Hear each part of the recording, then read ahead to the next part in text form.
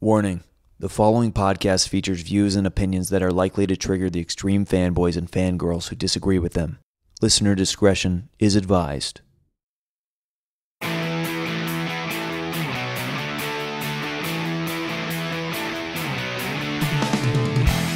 Welcome back to another episode of you see, now people know. It's Hot Takes with Billy Biz, and people are like, what a terrible title. Now they get the joke that the Hot Takes is ironic because the joke is that we're having a very thoughtful discussion, as you've already heard in episodes 1 with Justice League with Ed Greer, 2, Terminator 3, Rise of the Machines with Victor Dandridge, one of my favorites, and now he was on the first episode of the first season. He's back for the third episode of the second season, Mr. Hal Rudnick. Billy Biz, thanks for having me back. You know, I always love a chance to come on. I don't know all that hullabaloo you were talking about. This show has one purpose: to burn it down. Yep. Burn it down with hot takes. There's not a rational discussion that's going to be had today at all. We just came from Baja Fresh. Oh, yeah. I'm full of nacho cheese and I got chicken. a big burrito in my belly. Might take a nap after this. So, in case you guys, I'm going to pull back the curtain here for a second. Yeah. Whenever I do this show and I reach out to guests, I give them a list of movies. I say, here are the movies that I like. Here are the movies that I don't like. Choose one that you feel most comfortable about talking about.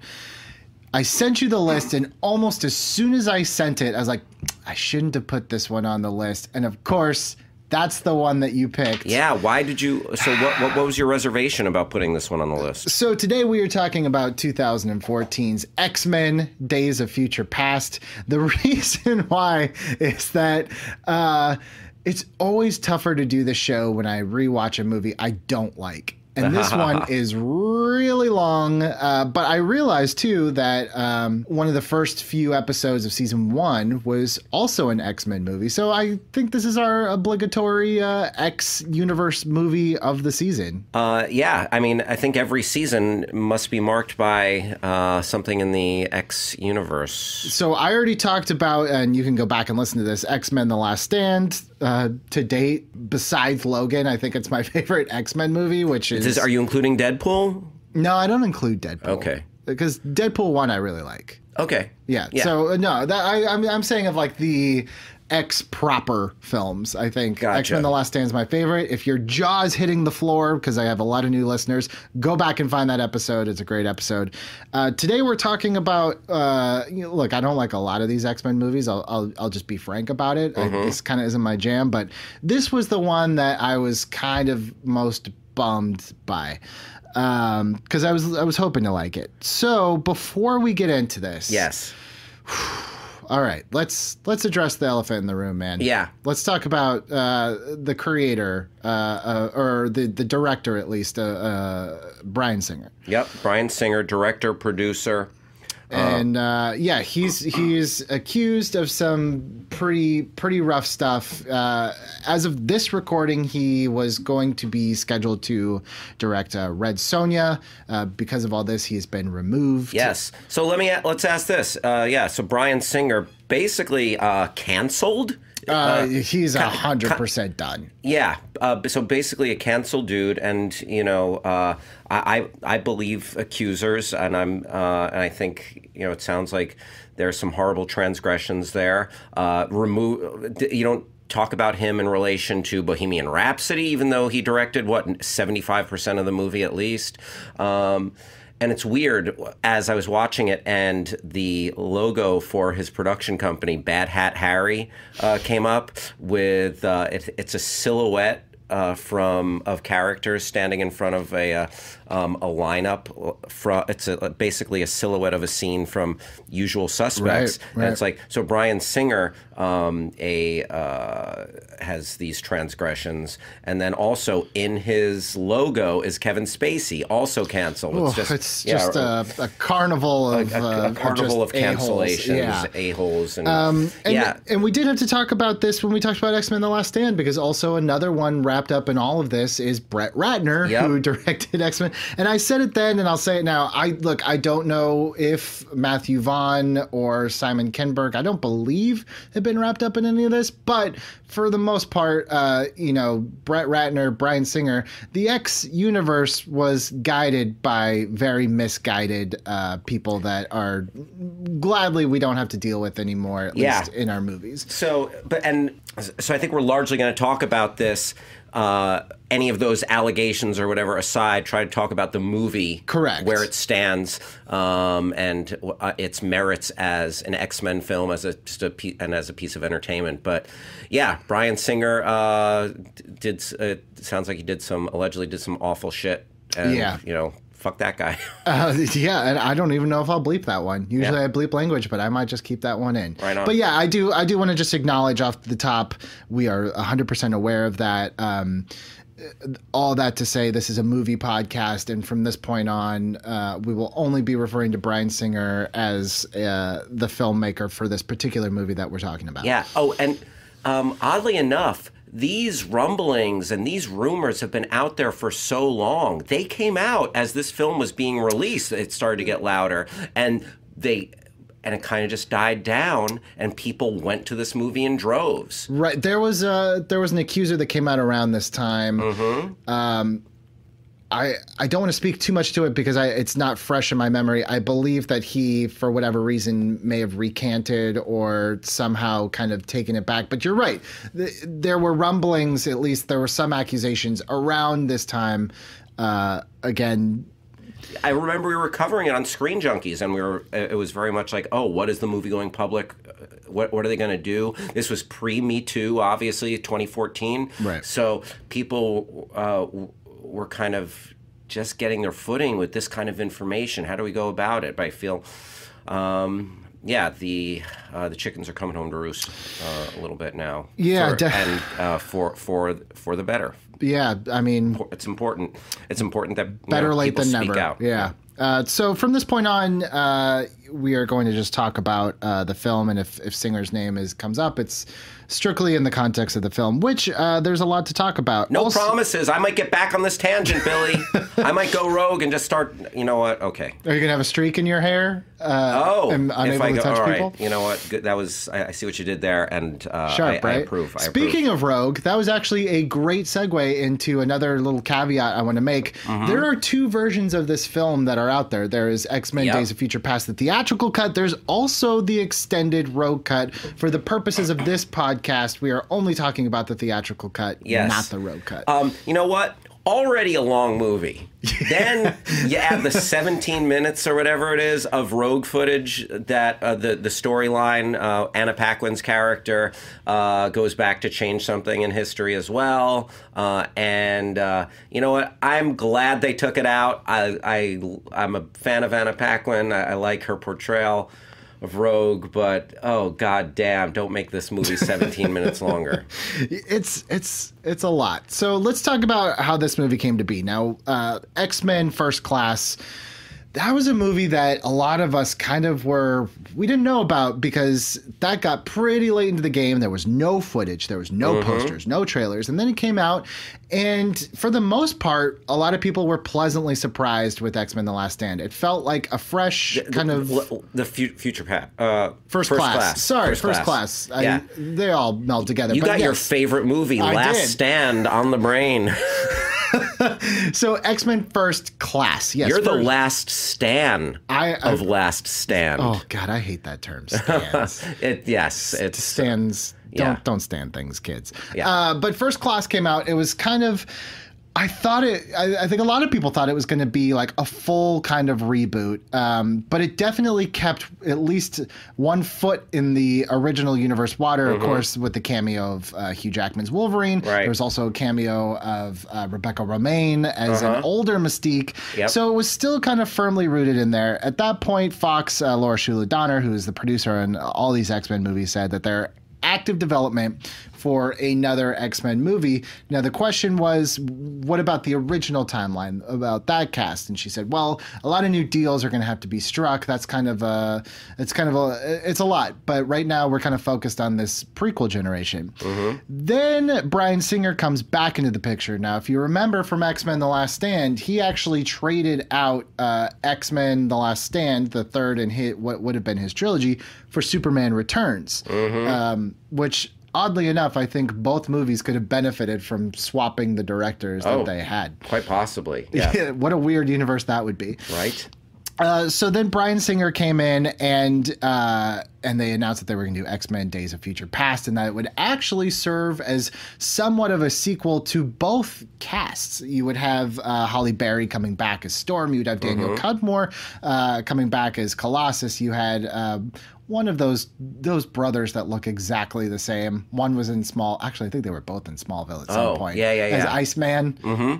Yep. Aaron Ashmore. That's his name. Good call. Yeah, Ellen Page coming back as Kitty Pryde. Yeah. And of course, you had Patrick Stewart and Ian McKellen coming back to reprise their roles. Yes. Now, in 2013, that came probably the most forgettable for most people X-Men movie of the entire franchise, which was The Wolverine.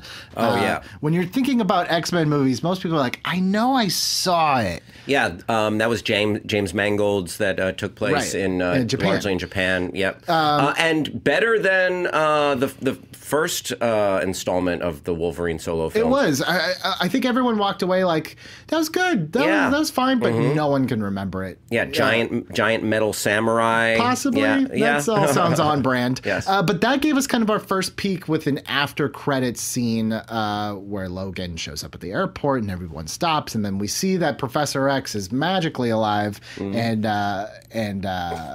Magneto is also alive as well.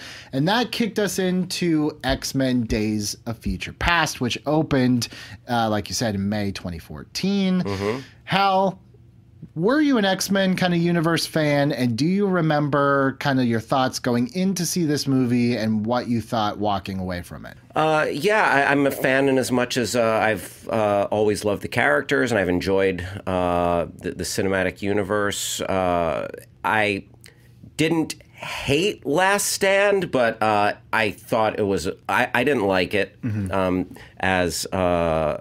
thought the action was a lot more claustrophobic than it should have been. The final battle on that island was just not as satisfying, and so I felt like they had some ground to make up here, and I thought they found a creative way to do that. I liked a lot of the tropes and the time travel ploy that they used to rewrite their timeline. It worked for me. Watching it a second time, I feel like this film loses some of the luster, because I think you get mesmerized by some of it's some really great set pieces and some fun time travel, but there's a lot of treading water and heavy lifting to do to get the conceit of this time travel and how the space it takes up and communicating from one through telepathy over the course of seemingly in different universes, almost from the future going back to the past, and from the past there's a lot to do to make the engine of this movie run. And I think that's all that heavy lifting adds to the length of the movie. If you could just streamline it and have it be 1970s X-Men action flick, the movie would benefit a lot. The stuff in the future and all of the machinations of the future, that's I think that does this film a disservice. Overall, though, having leaving the theater, I liked it. On a second viewing, I still like it, but the flaws stand out a little bit more. I think for me, you brought up a good point. Had this been a 70s X-Men flick, this could have been a lot of fun. And I think there's two major things that bother me about this movie. One of them, let me talk about the first point kind of in depth. I think that this movie like Laura Shula Donner said, was going to be a sequel to both the original cast and to both this First Class cast. Yes. And by doing that, I feel like it's a disservice to both of them because they both get kind of shortchanged. I think, you know, a lot of times, you know, we were just talking the other day about Storm as a character in these X-Men movies kind of getting the short shift. And I think people forget that even though they didn't really like the movie, like she was pretty much left in command in X-Men The Last Stand, especially when Xavier died. I know it's still Wolverine centric. You're never going to get past that in these movies. Right.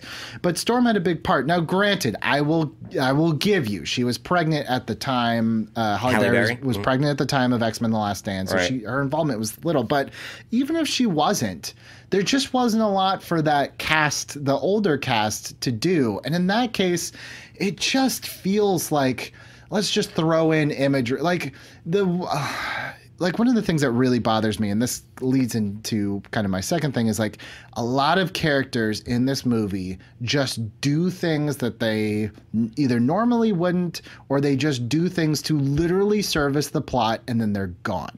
So like, let's talk about Kitty Pryde for a second. Yeah. Magically, Kitty Pryde has this amazing ability to send people back in time. There's to manipulate their thoughts, to send their consciousness back. Yeah. There's nothing about her power set in these movies that has ever kind of, and I get it, the X-Men universe is all over the place. But, Right.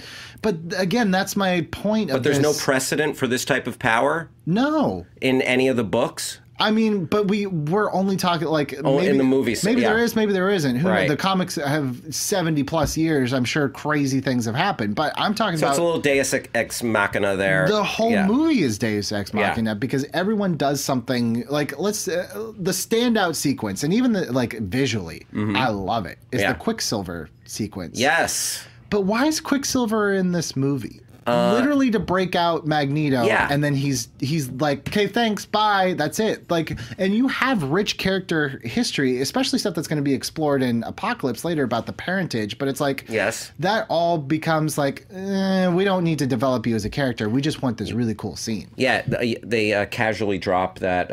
Oh, my mom used to know a guy like you or something. So Magneto is his dad. Yeah. The one thing I have to call BS on Quicksilver breaking out Magneto, at least part of it. They made it look so streamlined and easy. He put on this guard's uniform. None of the other guards recognized, like as he walked casually down a hall, this kid with gray hair in the 19th he got a guard's uniform and he walked down the hall. No one looked at his face and said, oh, I don't know who that is. That's not one of our regular guards. I don't know. It's a little thing. I'm being a real stickler here about this one scene. But that's the thing I think about this movie, because I think too, like, especially when it comes to continuity stuff, because like of anything that you have, of any franchise you have to overlook continuity, I guess it's X-Men because they just play so fast and loose. But when I'm so like turned off by these things in the beginning, I have nothing left to do but start to pick it apart. And the Quicksilver thing is a bummer because that character, I actually think the X-Men universe Quicksilver to me is a much better, like more fun, entertaining version than we got in Age of Ultron a year later. Yeah, totally. 100%. Yeah, very different. You could almost say that they're not even the same character. Yeah, no, like they kind of the Ultron one was just kind of like this perfunctory. Like I barely even remember. But again, like at least in that movie, in Age of Ultron, whether it was done well or not, he had a purpose for being there. He was angry at Stark because of being left in a situation where Stark weapons had kind of destroyed their house and he was stuck there with his sister. It made sense. Quicksilver is here because they just need a cool set piece, and they just need to break Magneto out. And then once they're done with him, they're done with him. And that's kind of like what I feel like is indicative of the entire movie, where things just happen because they have to. Kitty Pryde has this great new power because she has to. Let's talk about Charles Xavier for a second. Charles Xavier is back with no explanation. Right. And let me tell you this. Remind me, how did he die in in X-Men The Last Stand? he gets obliterated by Jean Grey, who's kind of turned into the Phoenix at this point. Now, as many people will point out, X-Men The Last Stand had an after credit scene. And I don't want to say this is the first after credit scene because that's just factually incorrect. But this was pre-Marvel. Right. Pre-MCU. So no one was trained to stick around for the after credit scene. But there is an after credit scene. Earlier in the movie, they had set up this this moral question. If there's a man who is brain dead, but his body is fine, can a mutant transfer their consciousness into that body? Is that immoral? That's they asked that question in one of Xavier's classes. In the after credit scene, Charles has put his brain in that body. The next time we see him, he shows up in the airport in that after credit scene of the Wolverine. Right. Do you mean to tell me that Xavier, in a credit scene that maybe 10% of the people watched, transferred his brain into someone else's body, changed their face, but somehow is still in his wheelchair? He found the one brainless body that had the same spinal injury from a bullet as he did, and he's still back in that chair. Like, I'm sorry, if you're going to go that far and bring back Xavier, and you're not even going to mention it in this movie, you're going to make me do backflips about, and people are like, yeah, but in the comics he had a twin brother. It's like, fine, he happened to find his twin brother, which, by the way, why wouldn't he say that when he's like, here's my twin brother, class? Right. Why would he say this man? And also, his brother had the same bullet injury to the spine as he did. Why would you morph your brain into another body where you're in a wheelchair again? Wow. This is intense. I want to get to the bottom of who is Charles Xavier. Right. Explain how he's back.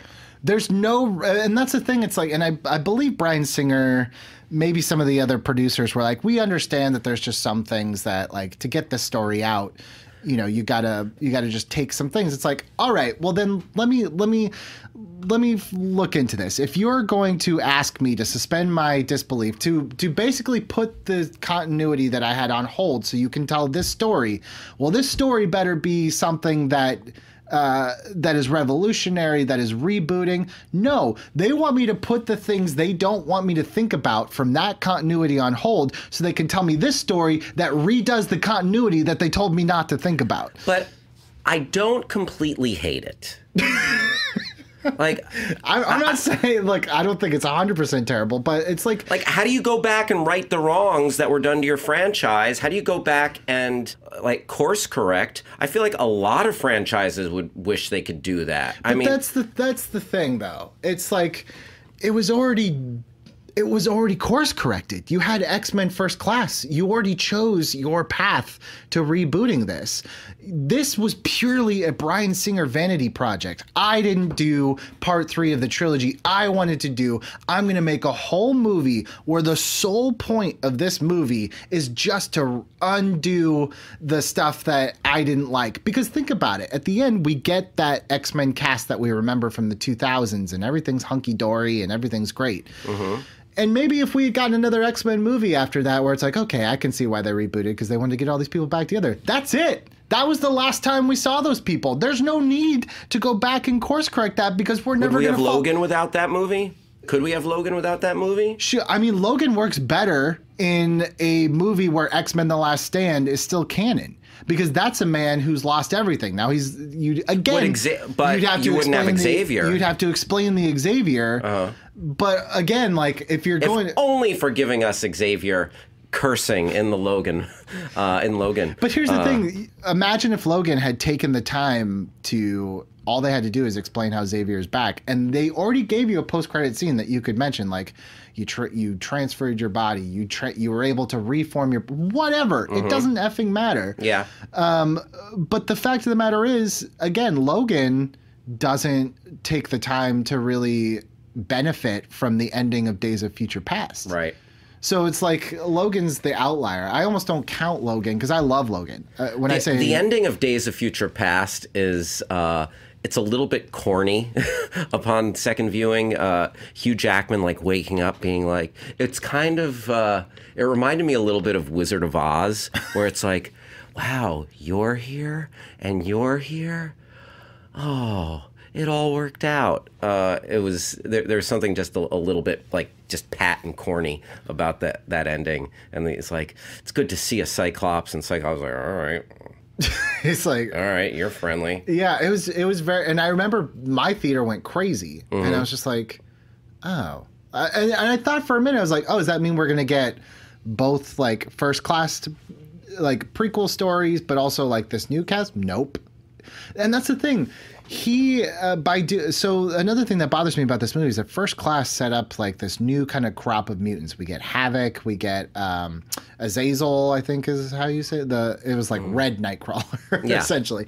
You get all these people. You get Emma Frost, not Emma Stone, although she turns into Diamond, so kind of Emma Stone. Oh, there you go. So you get all these things, and then Bryan Singer does to Matthew Vaughn's new trilogy what Brett Ratner did to his by being like, in one line, he's like, yeah, all these mutants that just died, and now we're not going to focus on them. We're just going to focus on the ones that we're going to go back to focusing on Wolverine again. We're going to go back to focusing on that timeline. It's like, you sacrificed the First Class cast, in my opinion, so that you could undo the wrongs that were done to your cast. You know what? That's one way of looking at it. But here's the thing.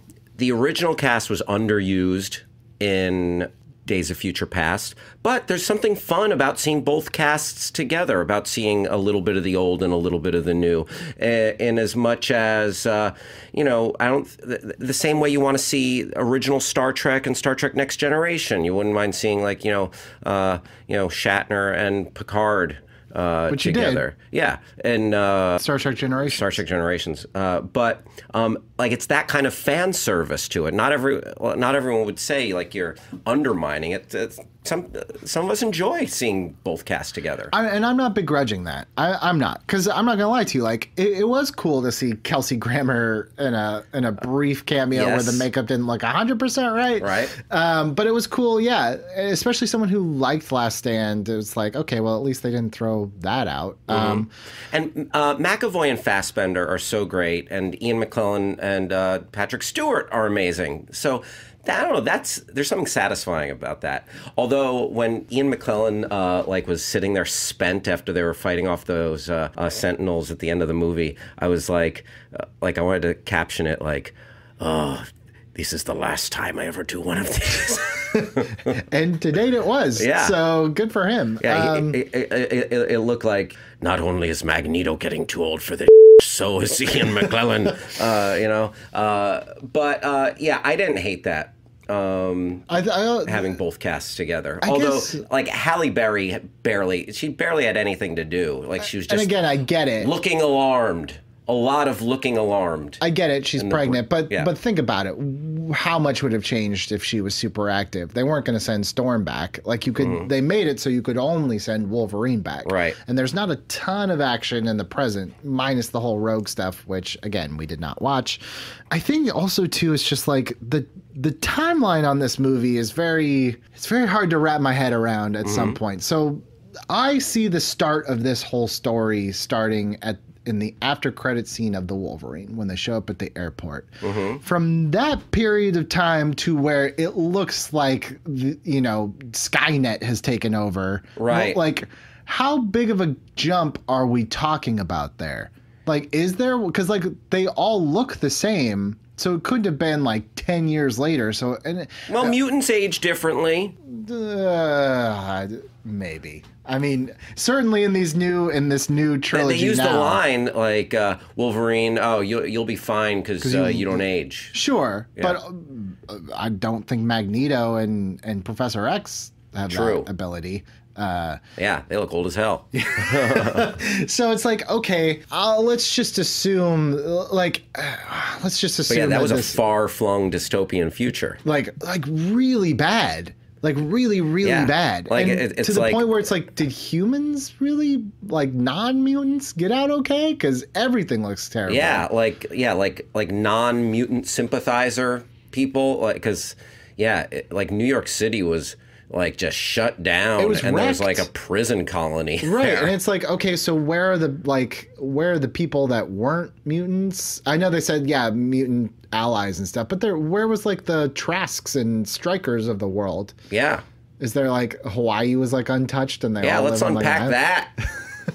Look, like I said, when you get to a point where you're just already turned off by stuff, your brain starts to wander into the... That was the first scene. I know. Well, rewatching this point, when you watch a movie before it even rolls, you're like, I know I don't like this. Here we go. You know, like all you have to do is like just start wondering, which by the way, I actually didn't realize it until this time around. And I've seen this movie a couple times now. Mm-hmm. In that very beginning scene where they're showing people kind of being filed into those prison camps. Yes. You can see an older gentleman from the back that has the exact same hairstyle as Quicksilver. So I guess we can assume that he was rounded up. Oh. Yeah. Quite possibly. I didn't, I never noticed that before. But that future has been changed.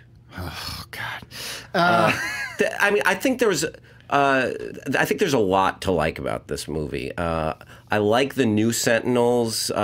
See, that's where I don't... They were badass. They were like these T-1000s with mutant abilities. I like the idea. I don't think they like just CGI looked good. I thought they looked really bad and they moved really weird. And the other thing that's weird too is like, okay, so X-Men The Last Stand then by the start of this movie has happened. Like that is still canon. That still happens. Yeah. But we see in the Danger Room from X-Men The Last Stand that they take out a classic looking Sentinel. So it's like, wait a second, you guys already knew about Sentinels. You already knew this was a thing. What is this? What is happening here?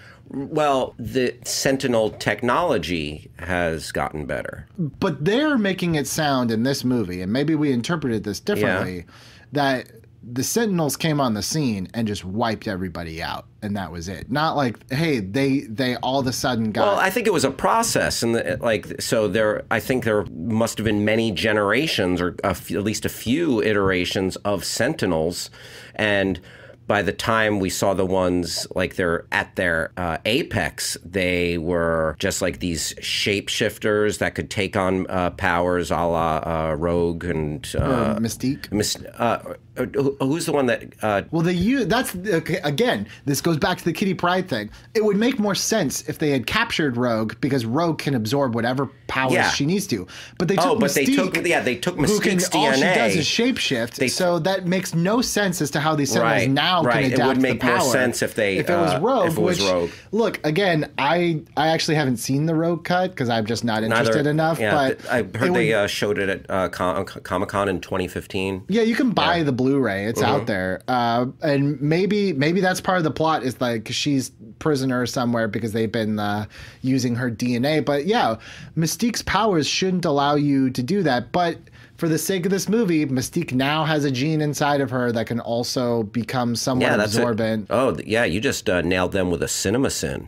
I mean, I don't want to be that. I don't want to be a CinemaSin person, but I do think you got to call it out if it's there. I do think that's just more. That's more of a symptom of the overall problem of this movie is that if you're going to base your movie around this continuity, and this isn't something that stands alone because it's so heavily influences what's to come and redoes old continuity that they ask you to like forget about things but then not forget about things when it's important or convenient for them. They give characters powers that they've never had or attributes that they've never had because they just need someone to do it in the story. And to me, that's really lazy. Mm-hmm.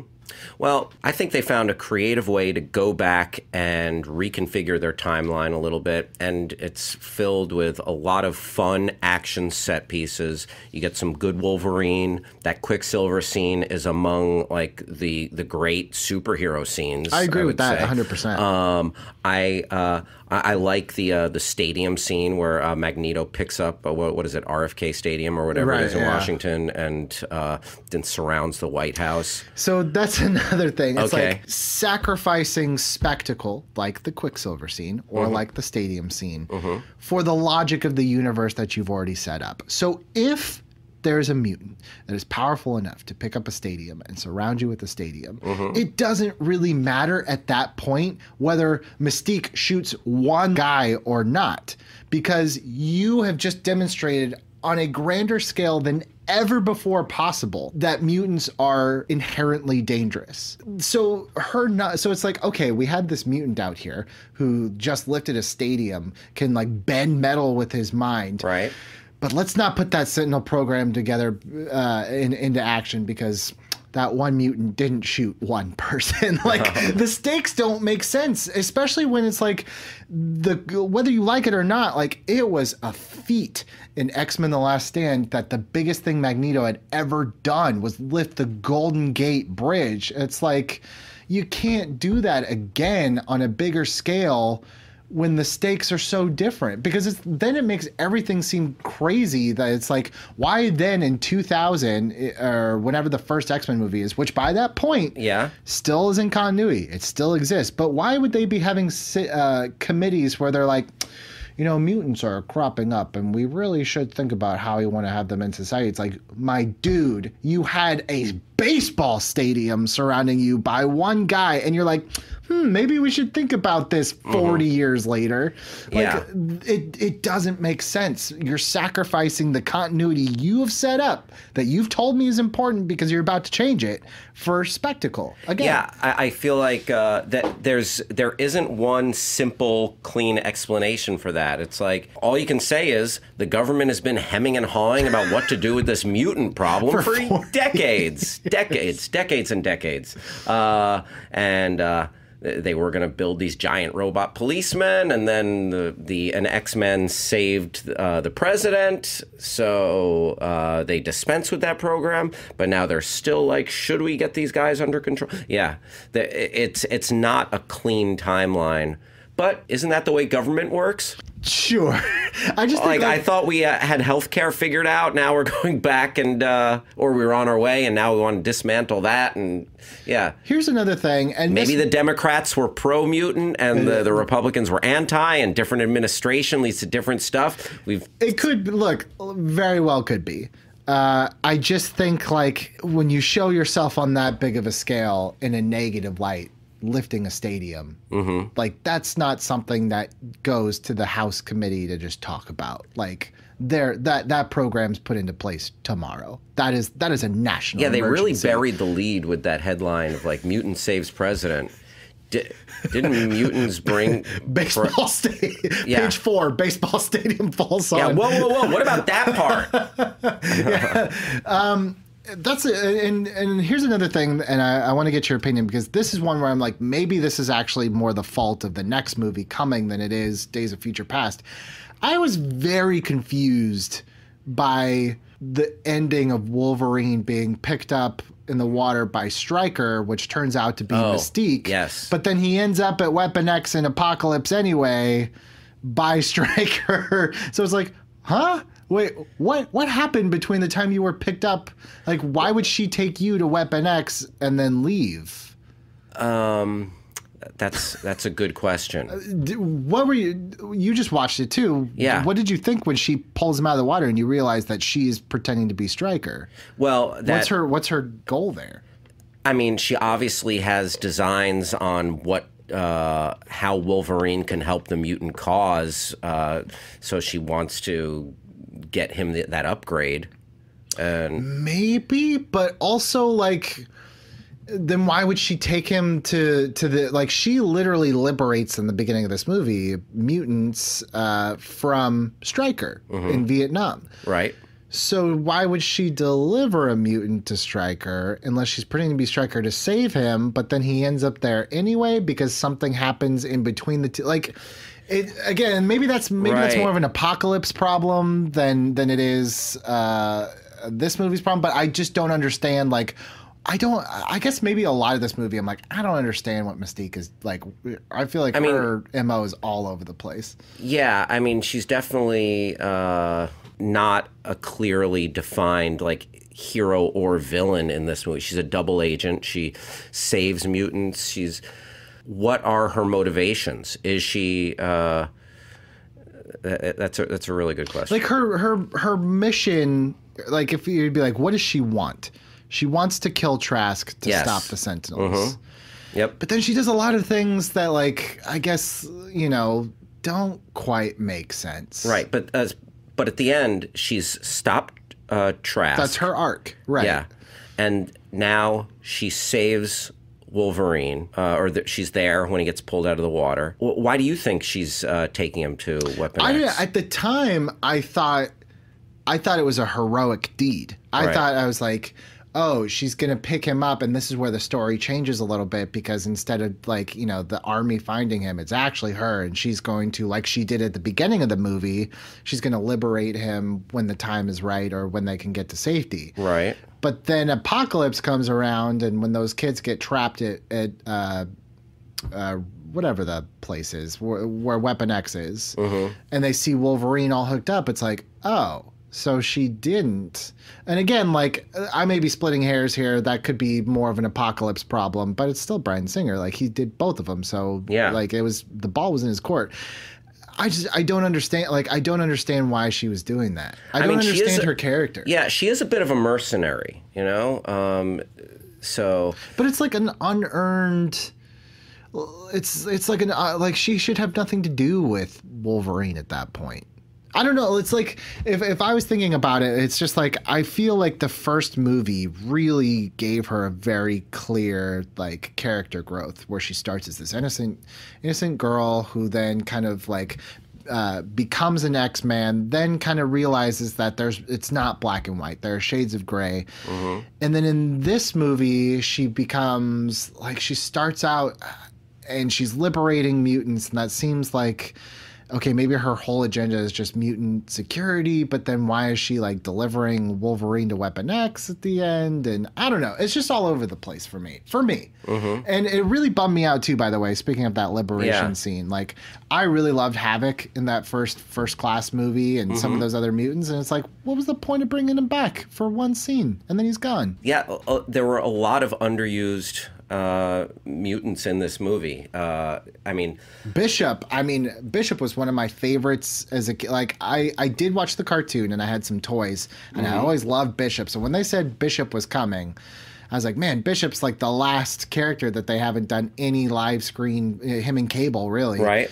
And he doesn't do anything in this movie. Oh, yeah. I mean, just about, especially the mutants in the future, like holding down the fort until the timeline is able to be changed, and like everything is like coming to a head, and they're the next level Sentinels are about to destroy them. Like, those guys have pretty thankless jobs. Yeah. It's just like, but some cool powers. The teleporting. Oh, the teleporting and the circles, jumping. Yeah, that's all fun. Like, the action is fun, but like those guys like don't get any kind of just like story arc or get to do very much at all. It's a pretty thankless job for all those guys. Yeah, but that's a good question. Yeah, I thought Colossus was really given short shrift. I mean he's always in all these movies. Yeah, I mean, Deadpool Colossus, way better than... by a country mile. Yeah, like Deadpool Colossus, fun. He gets to have, jokes. He has a sense of humor. This Colossus is just there. There's a couple of good punching scenes with the Sentinels, but that's about it. Yeah, and again, like I do think there's some great stuff in here. Like, look, I know I'm nitpicking a lot, and it's mostly because I don't like this movie. But I think Nicholas Hoult does a great job as Beast. Again, like if I'm gonna pick nits over this movie, it's like, if you have a serum to suppress that you're the Beast, why you act so amazed in X-Men The Last Stand when you put your hand next to the kid who could take your powers away, like, oh, my human hand, I haven't seen this since I took those pills in the 70s. Like, there's just so many things that's like, again, I almost wouldn't mind if they were like, hey, forget that continuity, like, forget the stuff that we set up because we're going to do our own thing here. I can respect that. But if you're like, forget that continuity, but remember it when we're about to change it for what we think is the better, that's when I'm like, you can't have it both ways. You just can't. Well, I thought they did play a little fast and loose, but I thought it was an overall net positive.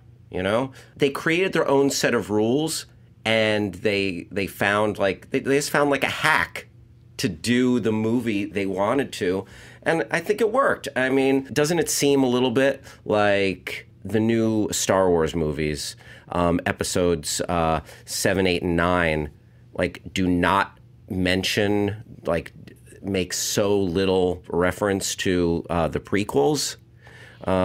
It's almost like they want to write those practically out of the universe, you know? I think, but here's the thing. Yes and no. I think you are comparing apples and oranges. Completely. But because their mission isn't to undo the prequels. They're just like, that's ancient history. It has nothing to do with what we're talking about right now. Yeah. But if Kylo Ren's mission was to like go back in time and stop a pod race from happening, but it's like, but don't think about anything that happened on Camino or Geonosis. We just are focusing on, it's like, that's what it would be more like. Right.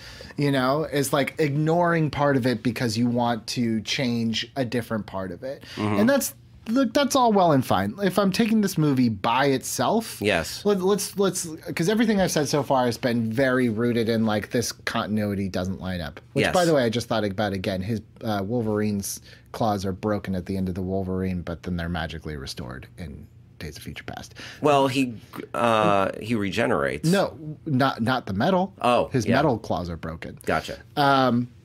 But let's take continuity out of it for just a second. Okay. I think it still boils down to I feel like I was given half of a cool movie on both ends. Like I want to see the movie where they're in a dystopian future. Like if you're going to do an Elseworlds or like screw continuity, then do a whole movie like Logan style where it was, that one was in not the dystopian, but it was in a messed up state. Yeah. Do that whole thing where it's like they are fighting for their lives in the future.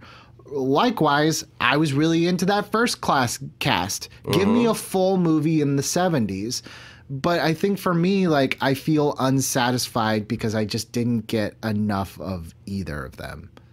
Yeah. I felt like we got just about enough of the... I mean, in a 2.5-hour movie, I think...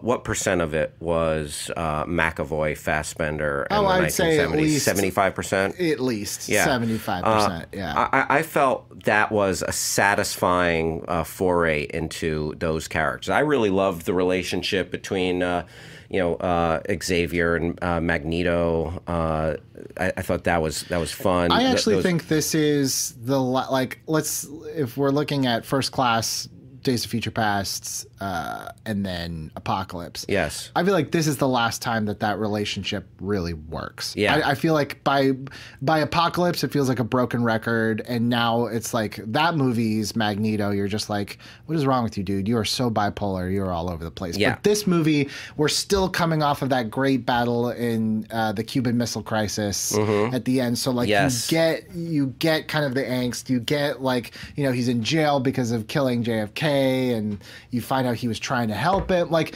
there's still like a nugget of interesting stuff in Magneto by this point. So I will give you that. Like Fassbender and McAvoy too, I thought did some really great stuff. I love the motivation of like the Vietnam War and losing these kids and just kind of losing himself. I just kind of wish they would have dug deeper. We kind of didn't get as much about really the psychological toll of like war on it, like real, not comic book war, but like things that happened to us in that time period, because Vietnam was really, really messed up for a lot of people. Yeah, it's just kind of a cursory handling of like world events. It could have really but it affects him to such a degree that it's like it needed a little bit more than what we got. I get it. You had to keep that plot moving. You had to keep it going, but. To find him in that state when we did, to see a little bit more exploration into how McAvoy got into this dark place, right? I see that, but overall that was really satisfying. I thought the 70s sequences were well done, and that journey was complete. The dystopian future, we were kind of just there. We just got glimpses, snapshots, not a very satisfying journey or it was just kind of like a placeholder. They were the future. Everyone was treading water until the past was fixed. That's the journey in the movie. The future was just there to give you a cliffhanger that boom, they're saved. Like the Sentinels are gone. They're back at the school for gifted youngsters. And I also think, too, with that future, for everything that it undoes, there was still like, if you liked X2, guess what? That doesn't count anymore. You know what I mean? It's like there's always something to me, whether I like it or not, about discounting stuff in a franchise that really gets under my skin because I have invested time. It's like, I just don't like the idea that you're just like, hey, all that stuff doesn't matter anymore. Aren't there multiple timelines throughout Marvel? Aren't there just multiple universes? Sure. But again, like, we're talking this franchise. We're talking the movies specifically. It also, I don't know. I just keep trying to wrap my head around, like, there was nothing to me that indicated from X-Men The Last Stand and The Wolverine that, like I said, that a night in like this apocalyptic dystopian future, like, it just seems like a radical 0 to 100 in the world that we've already established, if that makes any sense. Yeah. It just feels so out there, you know? Well, it's done with some broad strokes, and you're going to have some things kind of fall by the wayside. But I feel like they basically accomplished their mission. They wanted to just like, revitalize it, bring a couple of things back into play, and I think they do it. And here's like also a snarky response. The movies still exist. You can go back and watch the movie. Sure, of course. But it's like now it becomes the Elseworlds, where it's like, well, that doesn't really matter. You can watch it. But I think, what would have actually helped me a lot is if, they drop us immediately right into this dark world, right? Yes. What if you had a 30-second, like, voiceover narration prologue of just telling us, like, here's how it started and like, here's how we went from where you may have saw us last, like, where the world was still, like kind of Terminator style, like, exactly, Skynet became self-aware and blah blah give blah. Me something other than just like, he literally is just like, the Sentinels took over and then it was bad. It's like, show me that progression, because, like, unlike Terminator 2, like, I already know these characters so well from so many adventures that I need to know how this could have happened. With how is it that this team had no idea this was coming? Like, that's the part where it's just like, if you're going to do something like this, then you have to keep in mind that you do have this group of people that you already know. And I think with Bryan Singer, again, I think he made this movie. But the one thing that we're not mentioning, he didn't write it. And the story is credited to... Was it Kinberg? The story... So it's directed by Singer, but the screenplay is by Simon Kinberg, And then the story is Kinberg, Jane Goldman, and Matthew Vaughn. So maybe Vaughn was intending to make this type of... You know just as well as anyone that Matthew Vaughn could have been like, oh, you should have Wolverine in the next movie. Great. Now you get a story by like, that's it. Perhaps. And to think that there was a draft of there was a finished. He was going to direct it until he went to direct the Kingsman, though, and then right? Bryan Singer came in. But if you think that he was going to direct whatever script Matthew Vaughn had, like, that's just not how it works. It's not like they hand the director a script and it's like, what do you want to do with this? It's like, then Bryan Singer comes in and he's like, here's what I want to do. Here's my ideas. Here's how I want you to shape it. Go off and write that. That's typically how all of these processes work.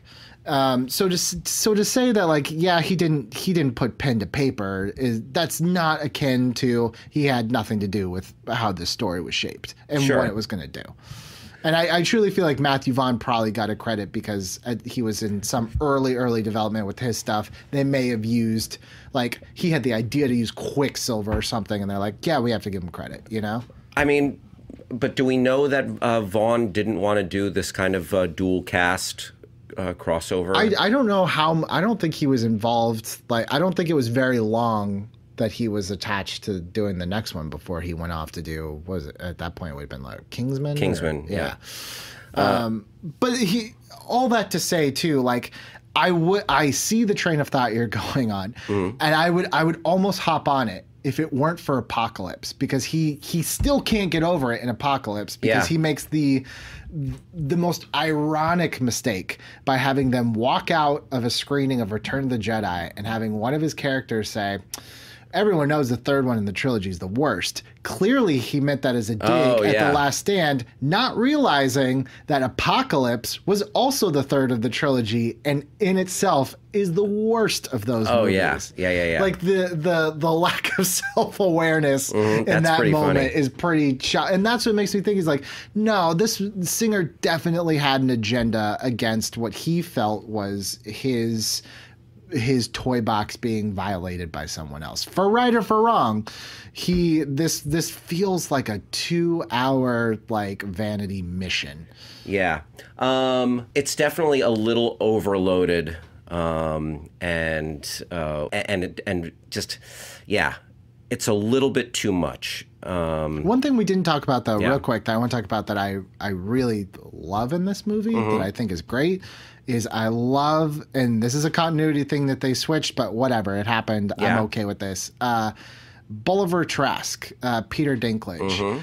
I believe he did an interview, and I wish I could know where it is. And he's like, I think the reason why, like, I was chosen for this role, and what I think I bring to it is that Bolivar Trask, I think he's played by like a larger African American man in one of the other movies, like in the background. But in this movie, it's Peter Dinklage, and he's like, as someone who is smaller, a little person, there's almost this feeling that he feels like he's a mutant, and he loathes that people view him differently. So this hatred of mutants kind of ties into this self-loathing of himself and how people perceive him. And I was like, that actually, like, that's such strong motivation, because like the X-Men's, everyone, it's about fear, and that fear that like people see you different or don't see you or treat you differently. And the fact that he's like,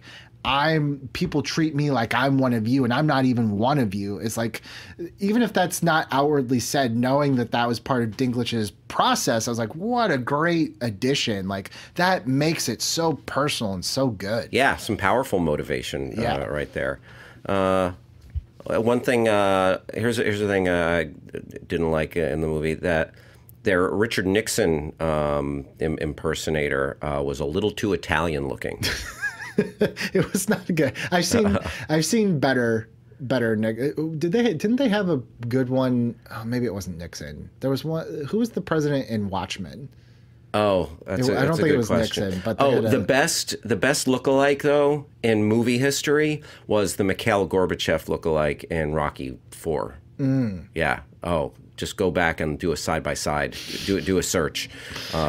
It's pretty uncanny. The Frost Nixon was that Frank Langella? Yeah, he was good. Yeah. Oh, I mean, great movie. I think he had his own like take. He wasn't trying to do like this seamless recreation, but this Nixon with like the prosthetic nose, who's worst?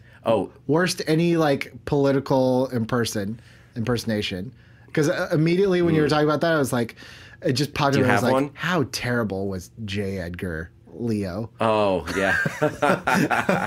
A little overwrought. Yeah, Clint Eastwood really just swinging for the fences. One thing I was thinking about though, and this criticism actually came up a lot at the time, was like, people are like, wait a minute, how does Mystique's powers really work? Because she transforms into Trask, so it's like she shrank her molecules. Because if she could change her body type, it's like, why would you not go into every fight looking like The Rock? You know? Oh, true. Yeah, that's a good question. the rule. What are the rules of Mystique's transformations? She also, like, after she liberates those mutants in Vietnam, she, like, turns into, like, herself. I'm like, that's dumb. Don't do that. Turn into anyone else. Yeah, like, right? Don't like, just as she's walking away from the plane, it didn't even seem like she was, like, safely, like, away. That's what I say. Like, Mystique is just such a mixed bag. Like, I get it. I get what she's trying to do in this movie, but sometimes I'm like, that was just, like, a bonehead decision. Yeah. Mystique was playing a little fast and loose. Also, this isn't really anything, but Kitty Pryde, when like Ellen Page was doing the mind meld to get, I know it's not a mind meld, but doing the mind meld to get Hugh Jackman back to the 70s. There was something, because like Hugh Jackman was like laying there in like this comatose state. There's something that really reminded me of Ellen Page in Inception. Taking I mean, she went into the multiple dream states, but I don't know. Those scenes echoed to me. Ellen Page going into dream states, and Ellen Page sending Hugh Jackman back into dream states. Yeah, I mean, I want a mashup of just those sequences of just her with her eyes closed. Yes, yes. I mean, she was fine for what she had to do in this movie. Oh, but it was just, again, it was pretty thankless. All the future mutants had just like were thankless placeholders. Even like Patrick Stewart and Ian McKellen, they were just they were there. They were just there to be under duress and then saved and then gone. Yeah. I did think it was. I don't know about you, but I thought they made a point at first. It's like you have to be peaceful thoughts because if you don't, like, it could take you out. Yeah. And they didn't play with that as much as I thought they would in the movie. Like, for a while there, he's doing some pretty intense stuff, and it's like, no, you're fine. Like, it just seemed odd that they like really call it out, like in those first couple moments, and then it's not like it comes up a little bit, but not very much. Yeah. Yeah, like there's a minute where like, oh, I think I'm losing him. All right, he's back. Yeah. And there was like one scene. And I think maybe, if I'm not mistaken, that might tie a little bit more into that road cut. But again, I'm not 100% sure. But if they did, that makes more sense. Right. So final thoughts here as we're wrapping up. We've talked a lot about this movie. Here's where I last stand on this. Yes. As I said at the beginning of this episode, I have a love-hate relationship with these X-Men movies. And I like some of them. I don't like others. Do I think this is the worst one? Absolutely not. I think Apocalypse and X-Men Origins Wolverine are just, they run laps around how terrible. Right. I think for me, everyone walked away from this movie just rah, the best X-Men movie since X2. This is what this is all about and everything. And I think instead of like my disdain, I just walked away more like that was just a really long 2.5 hour table reset. Like that didn't really push anything forward. It didn't really close off anything from the back. Like it's just there to wipe the slate clean, even though we're never going to revisit that timeline ever again. Like that's the end of it. So it's like, ultimately I walk away like, well, that was pretty pointless. And at least with X-Men Apocalypse, while I think that's just not a good movie, it's its own story that's pushing that story forward. It's not like, let's bend over backwards to just undo something and then we can move forward. Like that's just all forward momentum, whereas this for me lacks forward momentum because its mission statement is to undo the past. Yeah, that doesn't matter as much to me, I guess, because it's a fun standalone adventure. They are like these new Sentinels are world beaters. They can, I think we pointed out a plot hole there that like we don't know how they're able to morph their DNA to take the mutant powers. That's maybe the rogue cut factors in more. But that being said, they need to stop these just devastating Sentinels. They go back, they find a loophole, a way to go back in time and do it.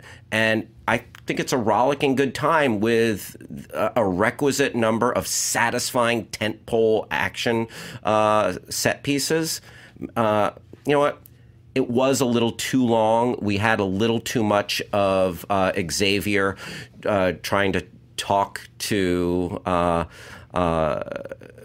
Xavier trying to talk to Jennifer Lawrence through like taking different people's consciousness. Like I don't want to get like too gross and inappropriate here, but isn't that sort of like rape in a way, like to enter mind rape, to go into someone's mind? That's some Chris uninvited. Angel mind freak shit. What does he call it in Burt Wonderstone? Jim Carrey, the mind rape. Oh my God! Such a great movie, by the way. If you've never seen that, you know movie. what, Billy? I'm going to hold off on comparing Charles Xavier's powers to rape. I don't want to call it rape. But it is like it's a violation, which they brought up in that Last Stand movie. Yes. Like, should you be doing this? Yeah, they are. They are violating someone's agency. Right. You are I am taking over your mind and using you as a puppet for a moment. Right. Yeah, but I think there's a difference. There's a difference between I am taking over this woman's mind and I need it to communicate something important about the future. It's a matter of national safety versus I'm taking over this woman's mind. Now I'm going to go look at my butt in a mirror. But here's the thing. It's like, and this is like some of the interesting questions that this movie didn't ask. It's like, if Charles is willing to cross that moral line in case of security, why not just go into Raven's mind and just change it? I mean, now we're asking some Dark Knight questions. If you can use that technology to save the future, or are you violating everyone's privacy? But, Lucius Fox? Right, but I'm saying like those are questions that they, maybe inadvertently pose, but it's like, if you're going to... I didn't even think twice about it. If you're going to violate someone's consciousness by taking it over in the name of security, then why wouldn't you just go into hers and stop this whole thing? Granted, it's not a movie anymore. Like, it's over. But I'm just saying, like, you... Oh, why don't you just jump into Mystique's mind and just stop her? Right. I mean... Is it as easy for him to get into Mystique's mind, though? She's not wearing... Apparently, we've set up in this universe, you just need a dorky lead hat? helmet. Yeah. So it's like, if you're going to raise those questions, that should be answered. Because now it's like, why not? You've already crossed the line. Cross it now all the way. Like, in this. And I think that's what this movie does. That's where I say, like, where I feel like Bryan Singer's mission of trying to undo the other movie is at the expense of the story you're telling at the same time. That being said, it's not the worst. I just don't think, like, it's certainly not the worst. I just don't think it's like this modern classic that it was billed at. I don't know how people look at it now, but at the time. So let me ask you, now we know for sure that the X-Men are going back to the MCU, or to Marvel Studios. How would you, after Dark Phoenix, because that is going to come out, and after New Mutants, which is going to come out, how would you introduce these mutants into the MCU? Well, I feel like we should do it slowly and carefully because we already have so many characters, but what an amazing, like, an embarrassment of riches this could be. So I think we should probably do it with some kind of one-off where we get, or just like, let's get like a one or two X-Men characters in a specific story with one or two Avengers characters, and let's build that together. Because are we building towards a universe where we're going to see X-Men, Avengers, and Fantastic Four all in one movie? Or you would think, you would think, but I don't want to get into like, boom, cut to Batman versus Superman or something like that. So I want to do the proper amount of world building here. So yeah, I just want to do it slowly. Whatever it is, I just want like a single standalone story that lays a little bit of groundwork for the bigger story before we jump into. I just don't want an X-Men Avengers mashup too quick. Right. Yeah. Which, by the way, once it's earned, that was a great comic book run, was the Avengers versus the X-Men. It was great. Hal, at Hal Rudnick. Yes. Twitter, Instagram. You got it, brother. #OwlNation. Yeah, #OwlNation. Hoot hoot. Billy, thank you for having me on. This is a more divisive conversation than I anticipated about this movie, because I think there's a lot of good, but there's some murky spots to talk about here. Well, that's every movie, Hal. I always say no movie's 100% terrible and no movie's 100% perfect, with few exceptions. I'm looking at you, heavyweights. You're 100% perfect. Thank you guys so much for listening. I will see you guys next week.